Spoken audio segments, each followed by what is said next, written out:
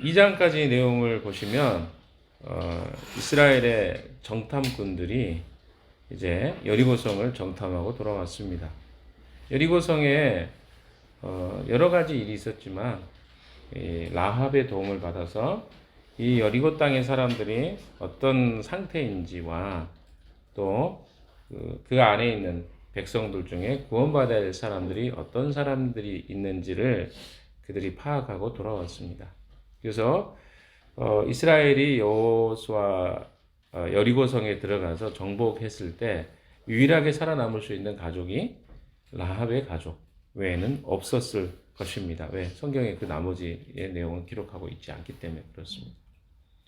자, 그래서 이 중대한 일을 결정한 다음에 이제 그들이 여호수아에게 보고를 하죠. 이러이러한 일이 있었습니다. 그리고 이 여리고 땅은 우리가 보기에 이미 하나님이 우리에게 허락하신 땅입니다. 왜? 하나님이 우리에게 주셨다는 그 증거로 저들이 우리를 두려워하고 있습니다. 이런 보고를 합니다. 여호수아는 아침 일찍이 이제 일어나서 이스라엘 자손들과 시딤을 따라서 요단강까지 갔습니다. 그리고 그들은 강을 건너기 전에 그 앞에 진을 칩니다. 진을 친다는 건 무엇입니까? 예, 거기서 이제 며칠을 머물면서 이제 요단강을 건널 준비를 하는 것이죠. 2절에 보시면요, 사흘 뒤에 지휘관들이 진을 두루 다니면서 백성들에게 명령하죠. 그러니까 여기 오늘 본문의 내용을 보실 때 몇 가지 흐름이 좀 나옵니다. 하나님이 여호수아에게 명령하시고 여호수아가 그 지도자들에게 리더들에게 명령을 하죠. 리더들이 다시 백성들에게 명령하는, 이게 굉장히 그런, 어떻게 보면 단계별로 그 사람들이 반응하고 있는 것들을 보게 됩니다. 그래서 그 반응들 중에 하나님이 여호수아에게, 여호수아가 리더들에게, 리더들이 백성들에게, 이런 순서들을 굉장히 많이 추적해서 보여주고 있는 것들을 보게 됩니다. 여호수아서는 특별히 그런 부분이 많이 나옵니다. 왜 그렇게 굳이 이런 표현들을, 보통 같으면 이제 하나님 말씀하셨고 뭐 그대로 실행했다 뭐 이렇게 표현이 되면 그냥 넘어갈 수 있는, 왜냐하면 성경의 대부분의 내용들이 하나님이 뭐 선지자들에게 이야기하고 선지자들이 이렇게 이야기하는 내용이잖아요. 그러면 하나님이 하신 대로 이렇게 생략해도 될 수 있는데 그걸 굳이 그대로 하나님이 말씀하시고 또 여호수아가 그것을 백성들에게 이야기하고 또 그들이 순종하고 이런 것들을 이렇게 언급하고 있는 것들을 보게 됩니다. 그럼 무슨 말일까요? 이 내용들을 통해서 뭔가 메시지하고 싶은 것들이 있다는 거죠. 그 내용들이 여기 여호수아에서 굉장히 중요합니다. 그러니까 하나님이 그의 지도자인 여호수아에게 이야기한다는 게 권위를 세워주는 거죠. 그러니까 여호수아의 권위는 어디서 나옵니까? 하나님의 말씀으로서 나옵니다. 그런데 이게 굉장히 중요하죠. 왜냐하면 여호수아는 이제 갓 리더가 되었어요. 사실은 모세라는 그 앞에 탁월한 리더가 있었잖아요. 근데 모세도 역시 동일했습니다. 그러니까 모세가 리더가 될 수 있었던 이유는 뭐냐면 하나님이 그를 통해 말씀하셨기 때문입니다. 그러니까 어때요? 여호수아가 그 뒤를 이어서 이제 리더가 되었습니다. 그럼 어떻습니까? 동일하게 그에게 리더십이 요구되는데 그 리더십은 어디로부터 와야 되죠? 하나님으로부터 와야 됩니다. 자, 그런 이유로 바로 여호수아는 이 하나님의 말씀을 받아야 될 중대성이 있었고요. 또 그것이 백성들에게 선포가 되고 백성들은 그것을 순종해야 될 아주 중요한 숙제들이 남아 있었습니다. 그래서 그 리더십들이 세워지는 과정이 오늘 본문에 기록되어 있죠. 또 하나 우리가 좀 봐야 될 것은 뭐냐면 그 말씀이 어떤 방식으로 선언이 되냐면, 그러니까 즉각적인 어떤 현상으로 나타나는 것이 아니라 하나님 말씀이 선언이 됩니다. 그리고 그것이 사람들에게 어때요? 선포가 돼요. 그리고 그 선포된 다음에 그 다음에 살짝의 시간차를 두고 그것이 성취가 됩니다. 이런 방식으로 지금 이 약속들이 성취가 되거든요. 그럼 무슨 말일까요? 사람이 말은 할 수 있어요. 그러나 그 말이 확정적인 말일수록 사람들은 뭘 보냐면 그것이 실제로 이루어지는가를 지켜보게 돼 있어요. 근데 그것이 실제로 이루어질 때 어떤 사람이 했던 말에 권위를 갖는 거죠. 이해되시죠? 무슨 말씀인지? 그러니까 결국 여호수아서에 굉장히 많이 초반부에 많이 나오는 이야기가 뭐냐면 하나님이 굉장히 확정적으로 이야기하시죠. 너희가 그 땅을 뭐 1장 3절 같은 경우 너희가 그 땅을 밟으면 그 땅이 너에게 주어질 것이다. 이런 표현들. 그러니까 완료적 표현을 아직 미래적 시점에서 이야기하는 거죠. 아직 미래적 시점인데 그 현재적 시점에 발을 받게 되면 미래 완료적으로 그것이 이루어질 것이다. 뭐 이런 표현을 써요. 그러면 되게 확실한가 보다. 근데 거기서 긴가민가 하겠죠. 왜? 아직 이루어진 일은 아니니까. 그런데 그 다음에 이제 어때요? 그것이 이미 선언됐기 때문에 사람들의 마음에 어때요? 그 생각을 품고 있습니다. 그런데 그 사건들이 실제로 이루어지잖아요. 사람들 거기서 뭐가 생겨요? 신뢰와 믿음이 생기는 거예요. 굉장히 중요합니다. 이 사람이 허풍을 떤 건지 실제가 된지는 바로 그 이야기가 현실적으로 이루어지는가를 통해서 판가름 나는 것이죠. 바로 그런 방식으로 사람들에게 신뢰와 믿음을 주고 있는 본문이 바로 여호수아서의 초반부에 나오는 상당히 많은 부분입니다. 오늘도 그런 본문의 내용입니다. 자, 지휘관들이 진을 두루다니면서 이렇게 이야기하죠. 3절, 4절 같이 읽읍시다. 시작. 백성들에게 명령하였다.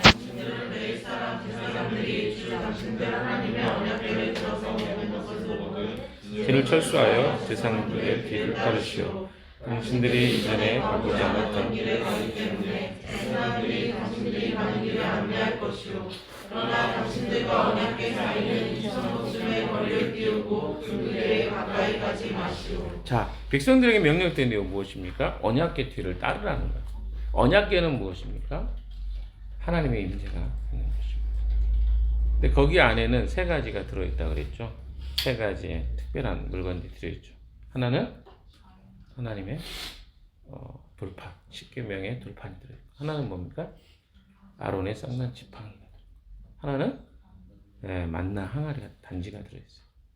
다 이것은 뭐냐면 그냥 단순한 물건이 아닙니다. 이스라엘 백성과 하나님과의 관계를 보여주는 물건들이 전부 다 하나님 말씀하시는 돌판이죠. 그러니까 하나님과 교제하기 위해서 하나님이 그 돌판을 주신 거잖아요. 그리고 무엇입니까? 아론의 쌍난 지팡이도 하나님이 그들에게 특별한 그들의 잘못들을 지적할 때 사실은 이 아론의 쌍난 지팡이를 사용하셨어요. 왜? 그들이 반란했을 때 일어났던 일이거든요. 세 번째 뭐예요? 만나요. 하나님은 그들을 돌보시는 거잖아요. 뭐 이런 것들이 거기 들어가요. 다 하나님과 이스라엘 백성들과의 관계를 설명해주는 어떤 그런 물건들입니다. 그러니까 이것을 어때요? 그 법궤에 있는데 이게 하나님의 임재를 상징해요. 그러니까 하나님이 이스라엘 백성과 함께 한다는 것들의 상징인 거예요. 그들이 돌봐주셨고 하나님이 지켜주셨고 또 하나님 먹이셨고 뭐 이런 것들이 거기 들어가 있는 거예요. 이게 하나님의 임재를 상징하는 거죠. 그래서 이 법궤가 그런데 어때요? 그들보다 앞서게 될 것이다. 근데 여기서 잘 보십시오. 어떤 표현이 됩니까? 4절에 표현하고 있는 것처럼 당신들이 이전에 가보지 않았던 길을 가기 때문에 라고 표현되어 있어요. 무슨 말입니까? 이스라엘 백성들이 한 번도 가보지 않은 길을 가고 있다는 사실을 주님이 알기 때문에 법궤가 앞선다는 거예요. 대단히 의미 있죠. 무엇입니까? 우리가 가보지 않은 길은 누가 인도하시는 거예요? 하나님이. 뭐 시편 23편도 여호와는 나의 목자시니 내가 부족함이 없으리로다 해놓고 그 다음은 그가 나를 푸른 초장에 누이시며 쉴만한 물가로 인도하시다. 내가 사망의 골짜기로 다닐지라도 해를 두려워하지 않을 것은 주의 지팡이와 막대기가 나를 많이 하시다. 하나님 나를 인도. 그런 어떤 내용들이 뭡니까? 내가 한 번도 가보지 않고 어려운 상황이 될 때 하나님 어때요?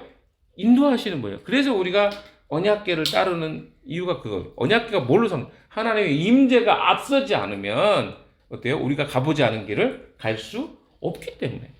그래서 그것을 어때요? 앞에 서서 가게 하시는 거예요. 근데 그 걸음이 어느 정도 됩니까? 여기 보시면 4절에 보시면 2000보쯤 거리를 띄우고 2000보면요. 한번 생각해 보십시오. 한 사람의 걸음이 50cm라고 해봅시다. 한 걸음 걸을 때. 뭐 30cm만 걷는 사람도 있겠지만 대부분 한 50cm. 그러면 두 보 하면 어때요? 1m 돼요. 그러면 2000보니까 그렇게 계산해 보십시오. 한 1000m 정도 될까요? 거리가 800에서 뭐 1000m 정도. 거리를 어느 정도 띄우는 거예요? 1km 가까이 띄우는 거예요. 굉장히 멀죠. 그런데 그 거리를 보여요? 보이기는. 그래도 보이긴 보이는데 어때요? 그건 철저하게 어때요? 하나님의 거룩하심과 백성들의 구별됨을 보여주는 거예요. 그리고 또 하나가 뭘까요? 이거는 이 일은 무슨 일입니까? 하나님이 하셨다는 것을 보여주는 그 두 가지 요소가 다 있죠. 왜? 만약에 그들이 어떤 행동을 하는 것이었으면 앞서서 가라고 그러겠죠. 그런데 어때요? 이거는 철저하게 하나님이 하시는 일이에요. 거기에 설명이 나옵니다. 나중에 보시면. 왜냐하면 이 우연히 어떤 뭐 또랑을 건너거나 이런 정도의 그런 수준이 아니었다는 것을 우리는 알게 됩니다. 보시면 이때가 추수 때라고 이야기하잖아요. 그래서 제방에 물이 거의 찰랑찰랑 거릴 정도로 그 물이 차 있는 상태를 우리는 보게 됩니다. 그러니까 이런 상황에서 물이 끊어졌다는 것은요, 마치 홍해가 갈라졌던 사건을 다시 한번 연상케 되는 사건이기도 합니다. 홍해 때도 마찬가지죠. 하나님이 그 길을 열으셨습니다. 그리고 어떻습니까? 그 길에 이스라엘은 어떤 행동도 보이지 않았습니다. 하나님이 이 구원에 관한 일들을 이야기하실 때 인간의 어떤 노력이나 조건이 없다는 것을 보여줄 때 홍해와 요단강의 사건들을 우리에게 보여주십니다. 여러분, 인간이 구원에 대한 부분에서는요, 철저하게 인간의 어떤 노력도 없습니다. 약속의 땅에 들어가는 이 가나안 땅에도 동일하게 하나님이 모든 것을 행하고 계신 것을 우리는 보게 됩니다. 그래서 그런 의미에서 이 구별을 이스라엘 백성들과 이 언약궤와의 관계에서 거리를 두게 하십니다. 하나님은 거룩하시고 또 그렇기 때문에 하나님이 그 모든 구원에 관한 모든 일을 행하시기 때문에 이스라엘 백성에게 약속하셨기 때문에 먼저 그 요단강의 길을 열으시는 것도 언약궤가 열어가는 것을 보게 됩니다. 5절 한번 봅시다. 시작. 여호수아가 백성에게 말하였다. 당신들은 자신을 성결하게 하시오. 주님께서 내일 당신들 가운데서 놀라운 일을 이루실 것입니다. 자, 여기 보시면요, 그들이 해야 될 일이 있었습니다. 다른 것이 아니었죠. 어떤 일을 합니까? 성결하게 하는 것이었습니다. 자신을 성결하게 하는 게 무엇일까요? 그건 몸과 마음을 다 성결하게 하는 것이었어요. 몸도 깨끗하게 했겠죠. 그리고 어떻습니까? 물론 할례를 여기서 행합니다. 할례라는 자체가 뭐 고백이죠. 할례는 무엇입니까? 몸에 표현된 하나님 백성이라는 표시예요. 이스라엘 백성들이 많이 갖는. 그러니까 다른 말로 이야기하면 그들은 마음과 몸으로부터 무엇을 준비했습니까? 하나님 백성으로서 이 영적인 전쟁에 뛰어들기 전에 가장 먼저 자기 자신의 마음과 자기 자신의 몸을 살피는 일을 했던 것을 보게 됩니다. 이거는요, 내적인 부분이지 외적인 부분이 아니었어요. 그러니까 영적인 싸움에 굉장히 중요한 건 뭡니까? 외적인 어떤 행동보다는 내적인 영역이 굉장히 강합니다. 여기서 성결하라고 주님 말씀하셨죠. 그리고 우리가 주님 앞에 살아갈 때 해야 될 일은 우리 자신의 성결이에요. 거룩하게 되는 거죠. 거룩이라는 것은 목소리를 거룩하게 한다거나 행동을 막 거룩하게 모르겠어요. 거룩한 행동이 어떤 것이 있는지는 그런 걸 하라는 게 아니죠. 우리의 내면을 늘 돌아보고 점검하고 혹시 내 안에 하나님이 아닌 다른 것으로 채워진 것이 무엇인가 점검하라는 것이겠죠. 이런 부분에서 성결함을 요구하십니다. 그러면 끝나는 거예요. 우리가 할 수 있는 것은 성결 외에는 없다는 거예요. 이 영적인 싸움터에서 어떤 노력을 한다거나 뭐 칼을 열심히 갈아서 이런 거 안 나오거든요. 잘 보십시오. 이 가나안과의 전투에서 그들이 어떤 전략을 잘 세워서 그 전략도 다 하나님이 주십니다. 그러니까 우리가 해야 될 일이 그렇게 많지가 않아요. 근데 그 일이 굉장히 어려운 일입니다. 왜 자기 자신을 돌아보고 성결하게 하고 하나님께만 집중한다는 거. 여러분 우리가 차라리 우리는 어떤 게 쉬워요? 내 몸으로 뭘 하는 게 더 쉬운 사람들이에요. 근데 뭐가 어려워요? 하나님 앞에 그냥 앉아 있는 게 어려운 사람들. 여러분 제 친구들하고 가끔씩 교제를 하거나 시간을 보낼 때 조금 제 친구들이 막 답답할 때가 있어요. 왜 답답하냐고 하다 보니 느끼냐면 사람들하고 관계 속에서 어떤 그 관계적인 대화를 할 때 재미를 못 느끼고 일에 대한 이야기를 할 때 막 얼굴이 달라지는 것을 보게 되는 경우가 가끔 있습니다. 그러니까 뭐냐면 일상 이야기, 뭐 아이들 이야기, 또 뭐죠? 그냥 영적으로 사람들하고 대화했던 이야기 이런 거 하면 막 흥미가 없고 하품 막 해요. 그러다가 자기가 잘 아는 뭐 일을 어떻게 해요, 뭐 이벤트를 어떻게 해요, 막 그런 이야기를 하면요 갑자기 표정이 달라지면서 너무 좋아해요. 이런 거 되게 많아요. 그러니까 우리는 뭐에 관심이 있어요? 뭔가를 하는 것에 관심이 있지 하나님 앞에서 누린다는 개념을 잘 모르는 것 같습니다. 그런 의미에서 보면 어떻습니까? 우리 자신들이 조금은 변화될 필요가 있겠죠. 관계적 영역에 신경을 써야 되는데 자꾸 뭐요? 뭐라고 하면 그런 것에만 열심히 하는 거죠. 그건 누구나 할 수 있어요. 근데 진짜 주님이 원하는 건 뭐예요? 주님과 눈맞춤하는 거. 이게 어려운 거예요. 그냥 거기 앉아 있는 거. 근데 뭐 하고 앉아 있을지 모르죠. 이제 하나님과 교제하라니까. 그때부터 이제 졸리기 시작하고. 이게 우리의 모습이라고 생각할 수 있습니다. 자, 여호수아가 백성들에게 이야기합니다. 당신들은 성결하게 한 다음에 어떻게 해요? 당신들 가운데 놀라운 일을 하나님이 이루시는 것을 보라는 거죠. 홍해 때와 굉장히 유사합니다. 홍해 때도 하나님이 이루시는 놀라운 일을 너희가 볼 것이다. 보아라. 이렇게 이야기하잖아요. 그 다음에 여호수아가 제사장들에게 언약궤를 메고 백성보다 앞서 건너가라고 명령하자. 그들은 언약궤를 메고 백성들 앞에 나가. 굉장히 여기서 많이 보여주고 있는 게 여호수아가 제사장들에게 명령하면 제사장들이 그대로 순종합니다. 그리고 어때요? 7절에 또 주님께서 여호수아에게 말씀하시죠. 바로 오늘부터 내가 너를 모든 이스라엘 사람이 보는 앞에서 위대한 지도자로 세우고 내가 모세와 함께 있었던 것처럼 너와 함께 있다는 사실을 그들에게 알게 하라.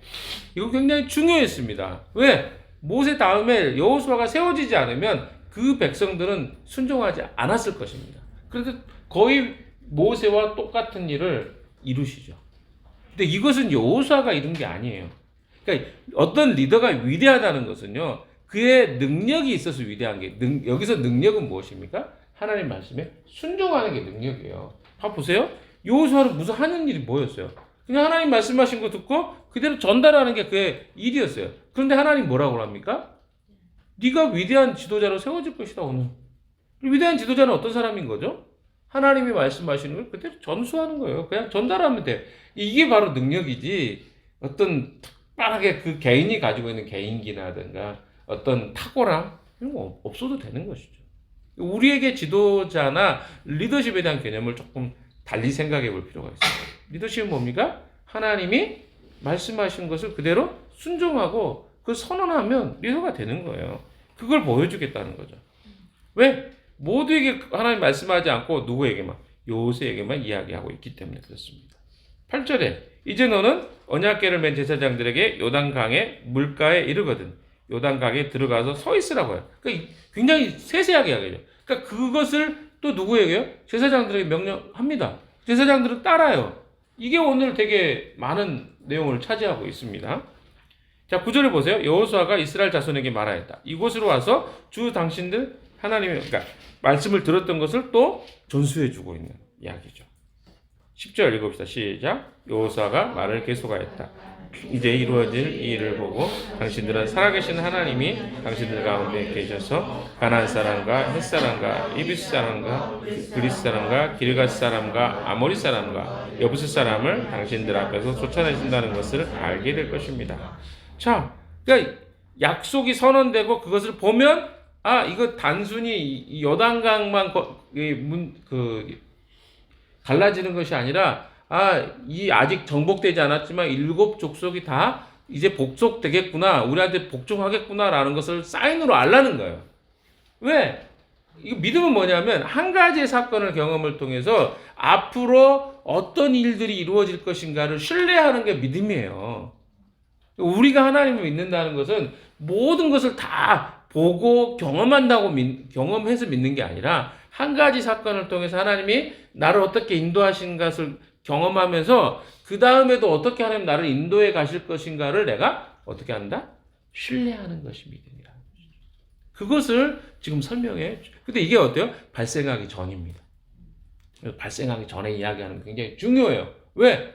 발생하고 나면 사람들은 안 믿어요. 그 누구나 우연히 될 수 있고 막 이렇게 생각한단 말이에요. 우리는 너무 자동스럽게 이 땅에 사는 가치와 생각은 뭐예요? 전부 우연이라든가 혹은 내가 눈에 보여지는 어떤 내 사고 속에 가지고 있는 경험으로 해석하는 경향이 강합니다. 그러나 성경의 이야기들은 무엇이고 전부 미리 선언된 말씀을 통해서 그 일들이 하나님이 하고 계신 것이라는 것들을 설득시켜가는 내용이 굉장히 많습니다. 그래서 우리의 삶에도 하나님이 뭔가 먼저 말씀해 주시는 것들을 보면서 그것들이 내 삶에 이루어질 때 이것이 하나님이 우리에게 약속해 주셨던 것이구나 라는 것들을 경험해 가죠. 예를 들어서 우리 공동체 같은 경우도 어떻습니까? 경서동에 옮기는 일이 우리에게는 참 쉬운 일이 아니었습니다. 옮겨야 되나 말아야 되나 이런 고민이 많았죠. 그러나 어떻습니까? 하나님이 옮기는 게 하나님 뜻이라고 제가 먼저 확신을 했어요. 먼저 리더에게 저도 듣고요. 그게 교회가 가야 될 방향이다. 그러나 그 결정하는 건 쉬운 일이 아니었습니다. 몇 년이 걸려서 됐죠. 그리고 나서 우리가 그때 이게 잘한 일인가? 왜? 많은 지체들이 떠나가기도 했잖아요. 그런데 어떻습니까? 하나님 우리에게 그 다음에 결과적으로 또 이렇게 지체들을 또 보내주는 걸 보면서 이게 하나님이 우리를 인도해 가시는 거구나. 또 여러 가지 것들이 보이잖아요. 그러니까 이런 것들을 보면서 우리의 믿음이 어때요? 확신을 갖게 되는 거잖아요. 이게 비슷한 겁니다. 우리 믿음이라는 것은 우리의 삶을 통해서 어때요? 미리 하나님이 우리에게 약속해 주시고 그것이 우리의 삶을 통해서 경험을 통해 체득돼야만 어떻게 됩니까? 더 신앙이 자랄 수밖에 없는 상태로 진행이 된다는 것이죠. 자, 오늘은 여기까지만 하겠습니다. 제가 한 번에 끝내보려고 그랬는데 길 것 같아서요. 사랑하는 여러분, 믿음은 어떻게 쌓여진다고요? 네? 믿음은 시간이 걸립니다. 대신에 선언된 하나님의 말씀을 붙잡는 것으로 믿음이 생겨요. 그러니까 우리의 믿음은 내가 믿습니다 하면 생기는 게 아니라 그건 내 믿음이잖아요. 내가 믿고 사람들은 그걸 믿음이라고 이제까지 생각했을지 모릅니다. 그러나 믿음은 뭐예요? 하나님의 약속을 붙잡는 거예요. 하나님과 하나님 약속을 붙잡는 게 믿음이지 그냥 내가 믿으면 이루어집니다. 이거는 허무맹랑한 이야기입니다. 우리가 알고 있는 미신들 혹은 뭡니까? 우리가 알아왔던 기복적인 게 다 그런 거잖아요. 내가 원하는 걸 내가 간절히 원하면 이루어진다? 이건 아니에요. 하나님의 약속 안에서 우리가 어때요? 그것을 끝까지 붙잡고 가는 거, 이걸 믿음이에요. 그래서 약속의 근거에서 신뢰하고 오늘도 우리는 우리의 믿음의 삶을 살아야 됩니다. 왜? 그게 믿음의 근간을 이루는 요소이기 때문에 그렇습니다. 여러분의 믿음, 내가 믿음이 없어서요. 우리에게는 믿음이 없어요. 뭐가 필요합니까? 약속에 대한 신뢰를 붙잡는 것. 그건 하나님에 대한 거거든요. 근데 이것은 우리에게 어때요? 훈련이 필요합니다. 어떤 훈련입니까? 믿어지지 않는데 믿을 수는 없는 거예요. 그래서 그분이 어떤 분인가 알면 어때요? 신뢰가 돼요. 그러니까 신뢰는 뭘로 쌓는다고요? 시간을 통해서 경험되는 것입니다. 여러분이 그 경험을 오늘도 해나가는 하루 되시기를 주님의 이름으로 축원합니다. 내일부터 12절부터 17절까지 한 번 더 하겠습니다. 기도하겠습니다.